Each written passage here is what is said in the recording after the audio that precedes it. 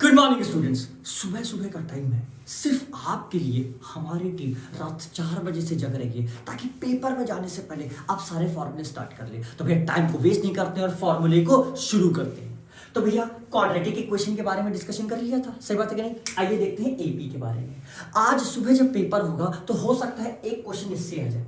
TN दे रखा, ए पूछ ले, हो सकता है ए दे रखा, टीएन पूछ ले। तो टीएन निकालने का फॉर्मूला क्या होता है? A plus n minus one into d. A क्या होता है? First term. एन क्या होता है? कौन सा टर्म निकालना है। और डी क्या होता है? Common difference. भैया कॉमन डिफरेंस। बाद मत कहना कि शुभम सर आपने बताया नहीं। क्लियर हो गई बात? भैया बाद मत कहना कि शुभम सर आपने बताया नहीं। भैया डी कैसे निकलता है? डी निकलता है, मैं एक बार आपके सामने दोबारा लिख देता हूं। डी निकलता है T2 माइनस T1। तो आपको एपी का कोई भी टर्म निकालना हो तो a plus n minus one into d. A क्या है? First term. देख समझ गया ना भैया? ए क्या होता है? First term. बहुत बढ़िया। एन क्या होता है? कौन सा टर्म निकालना है? 17वां टर्म, 18वां टर्म, 19वां टर्म, यहां रख देंगे। डी क्या होता है? Common difference. बहुत बढ़िया। आइए चलते हैं दूसरे फॉर्मूले की तरफ। हो सकता है कि आपको वो समेशन सीरीज का कोई फॉर्मूला पूछ ले। मतलब कहेगा एक एपी दे रखी है, 1 2 3 4 5, बताओ 17वें टर्म तक ऐड करो। जब भी आपको कोई भी एपी ऐड करनी है तो आपको ये वाला फॉर्मूला यूज करना है। क्या फॉर्मूला होता है? Sn equals to n by 2a plus n minus one into d. रट लो भैया, one of the most important formula. बस पेपर में जाना और ये फॉर्मूले में वैल्यू रखाना, नंबर अपने आप आ जाएंगे भैया, नंबर अपने आप आ जाएंगे। क्लियर है बात? तो भैया कैसे लगाएंगे? n क्या होता है? कितने टर्म का समेशन करना है? 1 का, 2 का, 3 का, 4 का। ए क्या होता है? पहला टर्म। एन क्या होता है? कितने टर्म का समेशन करना है? और डी क्या होता है? Common difference. आई होप ये दोनों फॉर्मूले बहुत अच्छे तरीके से डिस्कस हो गए होंगे। नेक्स्ट भैया, इस पूरे चैप्टर का एक लास्ट फॉर्मूला क्या होता है? N by two a plus n. कभी कभार क्वेश्चन में लास्ट टर्म दे रखा होता है और पहला टर्म दे रखा होता है। तो जब लास्ट टर्म दे रखा है और पहला टर्म दे रखा है तो काहे को ऊपर वाला फॉर्मूला यूज करोगे? ये वाला फॉर्मूला यूज करोगे। Sn equals to n by two a plus n। Clear बात है? n क्या है? कितने टर्म का समेशन करना? 1 2 3 4 5। क्लियर बात? a क्या है? पहला टर्म। l क्या है? Last term. जैसे ही रखोगे आपका आंसर आ जाएगा। पूरी एपी में बस इन्हीं 3 फॉर्मूले का खेल है जिससे सारे क्वेश्चंस क्या होते हैं? सॉल्व। आई होप एपी के सारे फॉर्मूले हमने 1 से 2 मिनट के अंदर पूरे रिवाइज कर लिए होंगे। आइए हाइट एंड डिस्टेंस के इंपॉर्टेंट फॉर्मूले। भैया बहुत इंपॉर्टेंट है, इसके रिगार्डिंग तो बहुत सारे क्वेश्चंस पेपर में आ सकते हैं। तो देखिए कुछ इतने कम टाइम में जो हम आपके लिए कर सकते हैं वो हम अपनी तरफ से पूरी कोशिश कर रहे हैं। तो सबसे पहली चीज क्या होता है? एलिवेशन क्या होता है? आइए देखते हैं। मानते हैं यहाँ पर मैंने एक लवारिस को खड़ा कर दिया, लो भैया लवारिस आ गया है और लवारिस इस बिल्डिंग को देख रहा था। तो जब लवारिस इस बिल्डिंग को देखेगा तो आंखों को ऐसे करेगा ना, ऐसे करके इसको देखेगा कि नहीं देखेगा? तो यही तो एंगल क्या कहलाता है? यही तो कहलाएगा एंगल ऑफ एलिवेशन। क्या कहलाएगा बच्चों? जल्दी से बता दो। Angle of elevation. बहुत बढ़िया, समझ गए? हमेशा हाइट एंड डिस्टेंस में एक हाइट होगी और नीचे वाली एक डिस्टेंस होगी। और 99% केस में बच्चों, 99% केस में सिर्फ और सिर्फ लगाना tan theta is equals to perpendicular upon base. बस खेल खत्म। जैसे ही तुमने एंगल ऑफ एलिवेशन बनाया, एंगल ऑफ एलिवेशन मतलब होता है नीचे से ऊपर की तरफ देखना। बच्चों बार बार मैं बता रहा हूं, नीचे से ऊपर की तरफ देखना, जिसको हम क्या कहते हैं? Angle of elevation. क्लियर बात है? एंगल ऑफ एलिवेशन में कितनी चीज इंपॉर्टेंट होती है? 2 चीजें इंपॉर्टेंट होती है, एक हाइट, दूसरी डिस्टेंस। समझ गए ना? और भैया कौन सा फॉर्मूला यूज होगा? बार बार कौन सा फॉर्मूला यूज होगा? tan theta is equal to perpendicular upon base. एक और चीज लिख लो, मैंने यहाँ पर नहीं लिखी तो लिख लो भैया। भैया tan 45 बहुत यूज होता है। tan 45 कितना होता है? 1। tan 60 कितना होता है? जल्दी से बच्चों बता दो। tan 60 कितना होता है? √3। जल्दी से बच्चों बता दो। tan 30 कितना होता है? tan 30 कितना होता है? जल्दी से बताओ, जल्दी से। 1/√3। क्लियर बात है? भैया tan 0 कितना होता है? 0 कभी भी नहीं आएगा। tan 90 कितना होता है? इनफाइनाइट। इतनी बात तो आपको पता होनी चाहिए, क्योंकि जो भी क्वेश्चन सॉल्व करोगे हाइट एंड डिस्टेंस में, एंगल ऑफ एलिवेशन में, ये चीज बहुत ही ज्यादा क्या होगी? इंपॉर्टेंट। जल्दी से कॉपी में नोट करके रिवाइज करके तभी जाना अपने सेंटर पर पेपर देने, ताकि अगर कोई क्वेश्चन आए तो थोड़ा बहुत फॉर्मूले का आइडिया हो जाए। आइए देखते हैं। अब भैया समझते हैं, देखिए एंगल ऑफ एलिवेशन, ये फ्लैग वाला क्वेश्चन बहुत इंपॉर्टेंट है, हमेशा से कहते आएगा। एक स्कूल की टॉल बिल्डिंग है जिसके ऊपर एक फ्लैग लगा हुआ है, एक लवारिस खड़ा हुआ है। लवारिस तो तुम जानते हो ना, मेरा फेवरेट कैरेक्टर है। वो पहले क्या करता है, पहले यहां से एक बिल्डिंग को देखता है, फिर वो यहां से एक फ्लैग को देखता है। क्लियर है बात है? तो जब वो बिल्डिंग को देखता है तो 30 डिग्री बनाता है, और जब वो फ्लैग को देखता है 32 डिग्री बताता है। और बताओ फ्लैग की हाइट क्या होगी? हो सकता है आज सुबह ये क्वेश्चन आ जाए। वीडियो को स्किप मत करना, पूरा वीडियो देख के जाना, फिर तो जानते ही हो ना, अगर भैया आ गया ना तो बहुत पछताओगे। कैसे करोगे? तो भैया दो ट्राइंगल ले लेंगे इसमें। पहला ट्राइंगल ये वाला छोटा वाला ले ले, tan 30 is equals to perpendicular upon base, क्या बात है।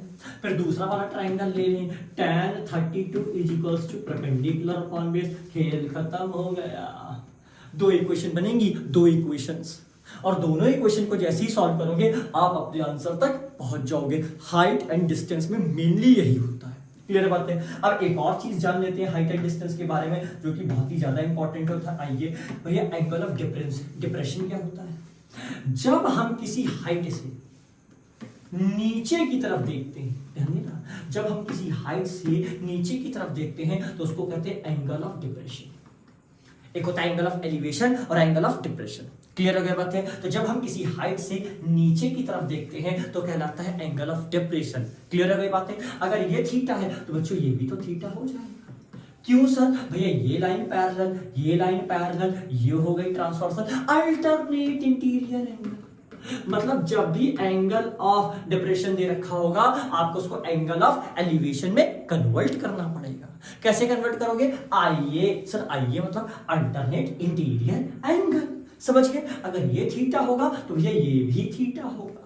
क्लियर हो गई बात है? फिर से तुम्हारी कहानी याद आई, परपेंडिकुलर अपॉन बेस, क्या बात है? फिर से वही फॉर्मूला लगेगा भैया, tan theta is equal to perpendicular upon base. बहुत बढ़िया बात, बहुत बढ़िया बात। हो सकता है ये तीन चीजें जो हमने डिस्कस की हैं फॉर्मूले, हो सकता है इससे कोई डायरेक्ट क्वेश्चन पेपर में पूछ ले, हो नहीं सकता, होगा, तो ये वीडियो जरूर देख के।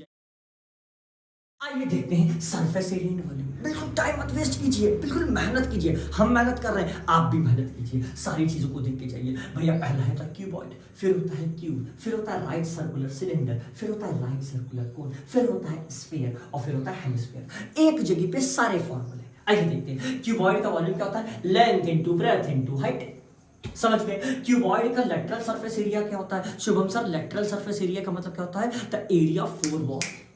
बहुत बच्चों को यही नहीं पता होता है, आज पेपर देने जा रहे हैं लेटरल सरफेस एरिया क्या है? अरे भैया, एरिया ऑफ फोर वॉल, चार वॉल के एरिया को हम कहते हैं लेटरल सरफेस एरिया।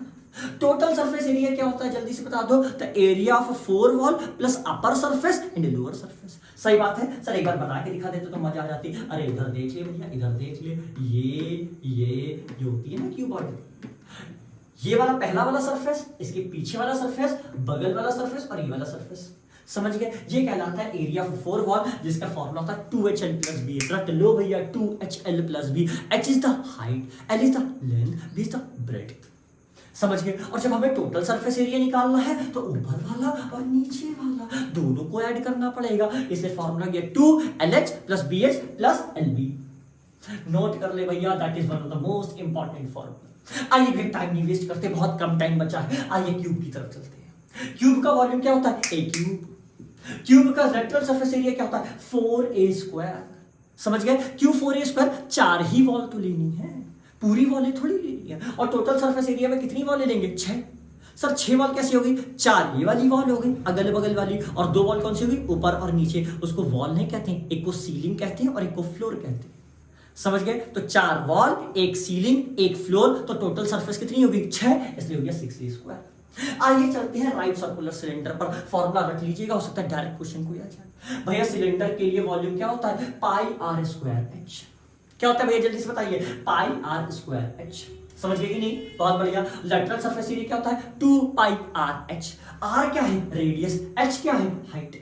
समझ गए ना? और जल्दी से बताइए भैया टोटल सरफेस एरिया क्या हो जाएगा? 2 पाई आर एच। क्लियर बात? जैसा कि आप पानी की बोतल देख रहे हैं, ये वाला जो एरिया होता है ये कहलाता है 2 पाई आर एच। ऊपर वाला एरिया पाई आर स्क्वायर, नीचे वाला area pi r square. Pi r square कितनी बार? 2 बार।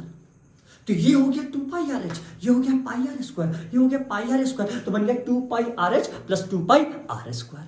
क्लियर बात है? तो भाई आ गया 2 pi r h plus 2 pi r square. अच्छा सर, अब समझ में आया ये कैसे हुआ। क्लियर बात? आइए चलते हैं कोन की तरफ। कोन का वॉल्यूम क्या होता है? 1/3 पाई आर स्क्वायर एच। समझ गए ना? 1/3 पाई आर स्क्वायर एच। एक बात मेरी रख लेना, जो सिलेंडर का वॉल्यूम होता है उसका 1/3 कोन का वॉल्यूम होता है। रख लेना मेरी बात को, जो सिलेंडर का वॉल्यूम होता है उसका 1/3 कोन का वॉल्यूम होता है। क्लियर हो गई बात है? अब आता है भैया lateral surface area. Lateral surface area मतलब देखो ये कौन है, तो जो अपर एरिया है, नीचे वाले की बात नहीं कर रहा, जो ये अपर एरिया है इस एरिया को हम कहते हैं लेटरल सरफेस एरिया। क्लियर बात है? क्या फॉर्मूला होता है? Pi r l. Shubham sir l क्या होता है? देखो शुभम सर बता रहे जल्दी से, एल क्या होता है? किसी भी कोण में आ जाओ। एल को कहते हैं बेटा स्लैंट हाइट। क्या कहते हैं बच्चों? स्लैंट हाइट कहते हैं। आ जाओ आ जाओ आ जाओ आ जाओ। ये हो गया एल, ये हो गया एच और ये हो गया आर। तो बताओ स्लैंट हाइट कैसे निकालेंगे? Pythagoras theorem. भैया l square equals to h square plus r square. रट लेना भैया, स्लैंट हाइट होती है। क्लियर बात है? तो भैया कर्व्ड सरफेस एरिया कैसे निकालेंगे कोन का? Pi r l. और एल कैसे निकालेंगे? L square equal to h square plus r square. Paper में जो भी चीजें दे रखी होंगी पुट कर देना, तुरंत तुम्हारा आंसर आ गया। क्लियर है बात है? भैया राइट सर्कुलर कोन का टोटल सरफेस एरिया कैसे निकालेंगे? तो भैया पाई आर एल ऊपर का और नीचे का एरिया क्या होता है? Pi r square. जहां शुभम सही बात तो सही है। तो टोटल सरफेस एरिया कितना आ गया? पाई आर एल ऊपर का और नीचे का कितना हो गया? पाई आर स्क्वायर। खेल खत्म हो गया भैया, दैट्स ऑल। समझ गए? आइए चलते हैं स्फीयर की तरफ। क्लियर बात है? भैया स्फीयर का वॉल्यूम क्या होता है? बच्चा जानता है 4/3 पाई आर क्यूब। नहीं जानता? नोट कर ले भैया, नोट कर ले, बहुत इंपॉर्टेंट है। इसका भैया टोटल सरफेस एरिया क्या होता है? 4 पाई आर स्क्वायर। एक बात होती है स्फीयर में बहुत इंपॉर्टेंट है, नोट कर लेना, हैशटैग जुगाड़। चाहे टोटल सरफेस एरिया बोले चाहे लेटरल सरफेस एरिया बोले, अगर स्फीयर की बात है दोनों सेम है। अच्छा भैया दोनों सेम होते हैं, चाहे लेटरल सरफेस एरिया की बात करें चाहे टोटल सरफेस एरिया की बात करें। 4 pi r square, 4 pi r square. क्या बात है? क्लियर बात? अब बात करते हैं हेमिस्फीयर। सर हेमिस्फीयर क्या होता है? अरे भैया स्फीयर को बीच से काट दो। जैसे स्फीयर को बीच से काटोगे तो जो ये वाला शेप मिलता है ये कहलाता है भैया हेमिस्फीयर। अच्छा बताइए टोटल वॉल्यूम कितना होता था स्फीयर का? 4/3 पाई आर क्यूब। आधा कर दो तो कितना हो जाएगा? 2/3 पाई आर क्यूब। क्या बात है? लेटरल सरफेस एरिया क्या होता था? Curved surface area 4 pi r square. आधा कर दो कितना हो जाएगा? 2 पाई आर स्क्वायर। क्लियर बात है? और भैया हेमिस्फीयर का जो टोटल सरफेस एरिया होता है उसका फॉर्मूला क्या होता है? 3 pi r square. 4 pi r square में 1 पाई आर स्क्वायर माइनस कर लो। क्लियर बात है? 4 पाई आर स्क्वायर में जैसे ही 1 पाई आर स्क्वायर माइनस करोगे इसका टोटल सरफेस एरिया क्या हो जाएगा? 3 पाई आर स्क्वायर। बहुत इंपॉर्टेंट है, इससे तो 2 से 3 क्वेश्चन आज के पेपर में आएंगे। अभी 3 से 4 घंटे बचे हुए, वीडियो जरूर देख के जाइए। आइए देखते हैं भैया मीन के बारे में, स्टैटिस्टिक्स के बारे में। ये तो क्वेश्चन पक्की बात आएगा। भैया मीन क्या होता है? भैया मीन मतलब होता है Shubham sir sum of all observation, sum of all observation divide by total number of observation. सारे ऑब्जर्वेशन को जोड़ दो और टोटल नंबर ऑफ ऑब्जर्वेशन से डिवाइड कर दो, भैया मीन आ जाता है। देखो फॉर्मूला लिखा हुआ है।